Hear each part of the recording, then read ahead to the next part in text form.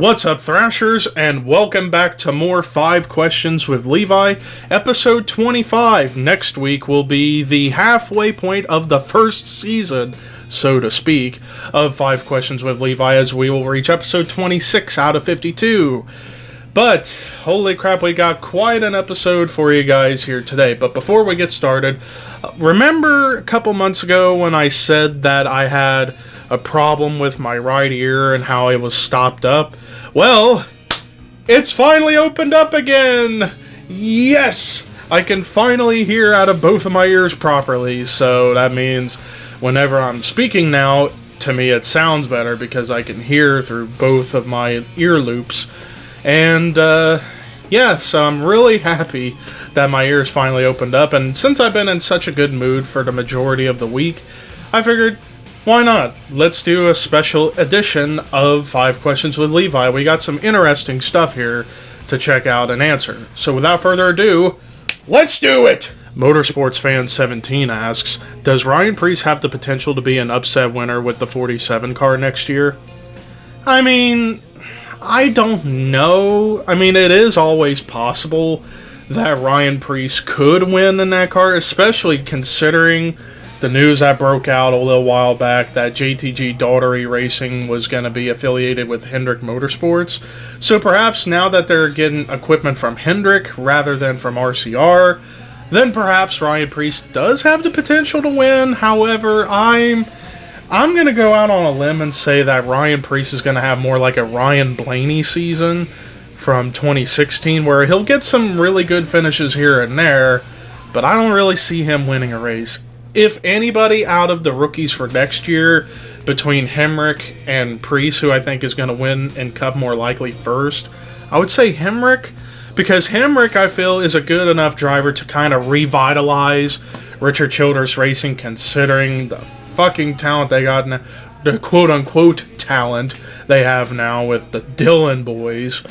So, I mean, I'd say Hemrick has a better chance to win a race than Preece, but stranger things have happened. I mean, hell, Chris Buescher got a win before Ryan Blaney and Chase Elliott in 2016, so, I mean, you never know. You never know, but I do like Ryan Preece, and I absolutely hope that he impresses next year, considering half the races are going to be in that shitty fucking tapered spacer package, 550 horsepower crap.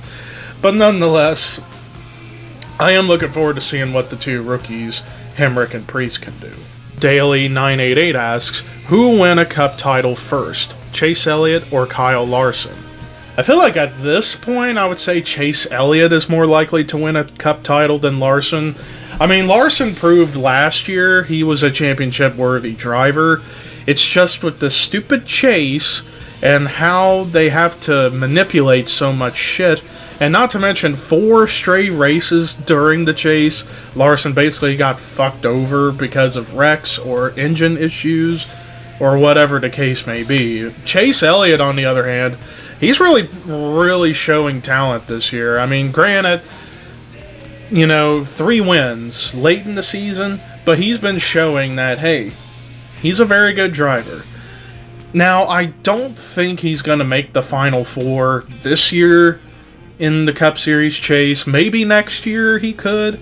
I don't know. But I do think, based on what we've seen this year, Chase has been outperforming Larson at every capacity this year. So I would say Chase Elliott at this point is more likely to win a Cup title. But next year, perhaps, Larson could get back into the groove of things. I don't know, though. That's kind of a tough one for me to really figure out. But if I had to choose, I would say Chase is more likely to win a Cup title at this point than Larson.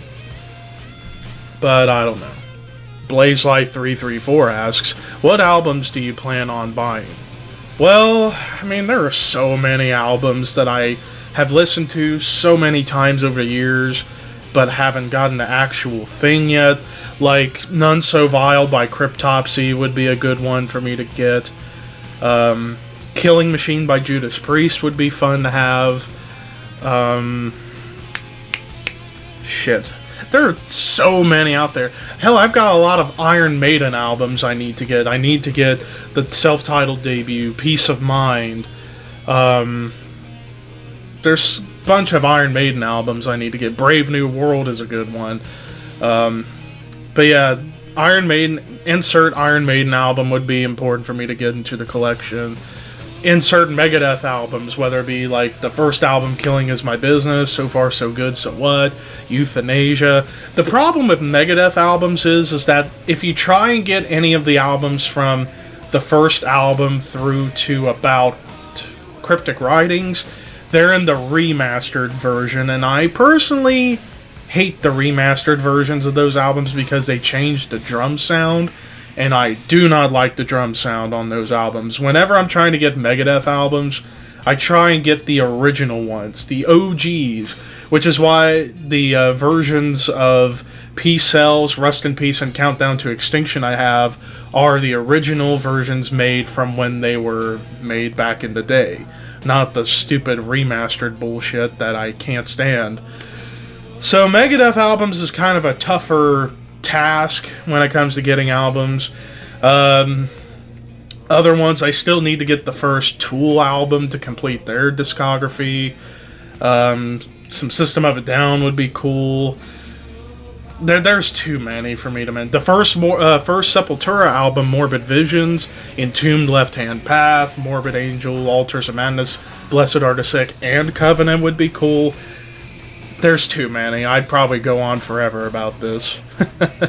Space Metal Ferrari 248 asks, what are some of your favorite crossover thrash bands? Well, crossover thrash has always been a favorite style of metal for me because I like that idea of combining hardcore punk with thrash.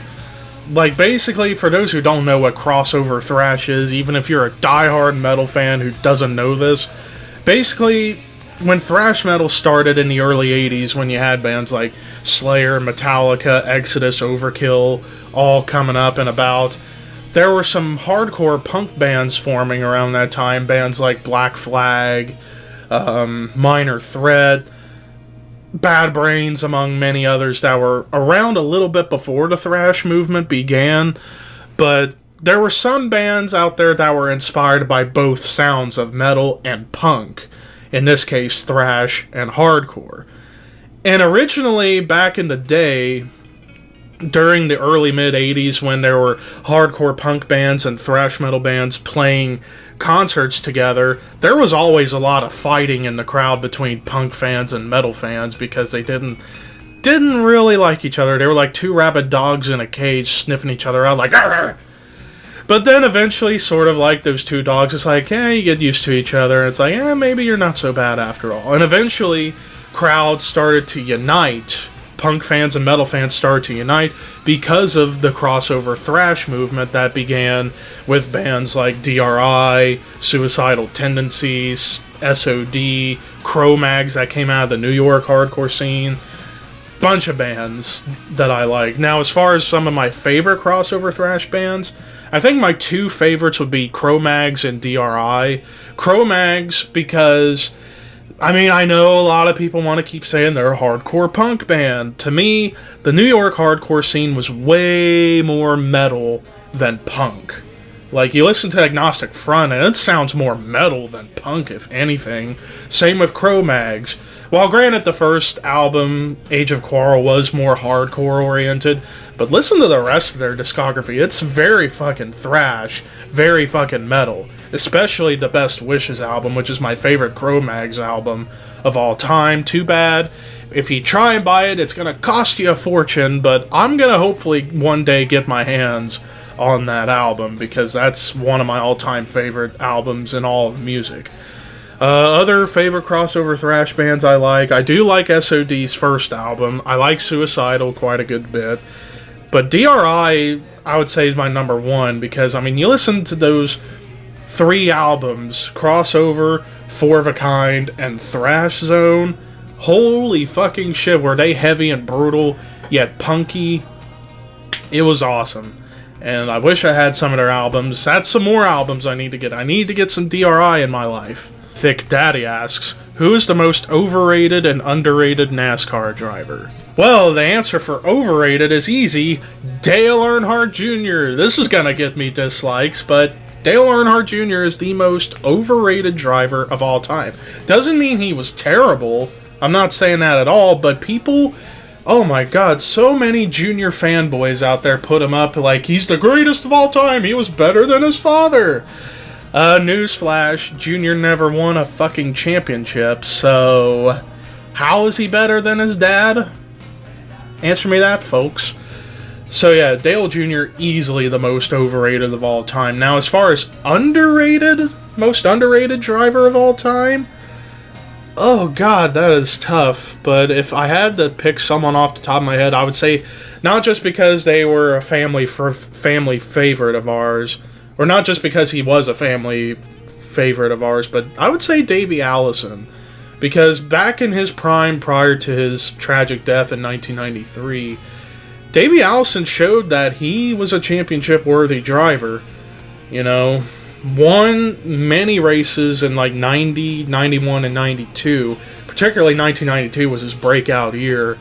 And I wish I could have seen the 1992 season play out, because from what I gather from a lot of old school NASCAR fans, that was like one of the all-time greatest seasons in the history of the sport, because you had a 3-car fight for the championship going into Atlanta with Alan Kulwicki, I believe it was Bill Elliott, and Davey Allison.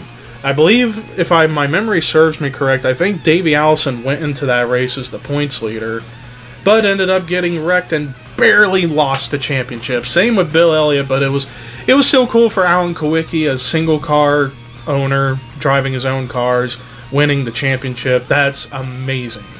But Davey Allison could have been the one to win the title. And then he looked to be the threat to win 1993's title. I mean, you look at his statistics prior to his death, he was almost unbeatable until the tragic helicopter crash at Talladega happened. And that's one of the big what-ifs in NASCAR. If Davey Allison didn't pass away from that helicopter crash, could he have won many championships? And that's also another what-if. Like, if Allison was still around, would Earnhardt have still won the 1993 championship? Hell, even 94? And when Jeff Gordon came along, would Gordon have won as many titles? That's a big what-if scenario, you know, because Davey Allison, if you look back at his career prior to his death, he was showing he was going to probably become one of the all-time greatest. And to me, he's still a top 25 driver of all time, but he could have been so much higher if he didn't pass away in that helicopter crash. So in my opinion, I would say Davey Allison is the most underrated driver in NASCAR history. And that does it for episode 25 of 5 Questions with Levi. I hope you enjoyed this episode. I know I enjoyed making it because you guys asked some really good questions. But next week is the 6-month anniversary of 5 Questions with Levi, a.k.a. the halfway point of the first season, if you want to call it that, of 5 Questions with Levi. But anyways, thank you guys so much for watching. But remember, send me a question in the comments section below. Now, if I have to request one thing for next week, let's maybe cut down on the amount of NASCAR-related questions. Maybe ask me some wrestling questions. Considering I've been kind of having the itch to make more wrestling videos again. So maybe some wrestling questions would be cool for next week. But, you know, still fair game, I would assume. But nonetheless, thank you guys for watching. Peace out, and I will see you next time.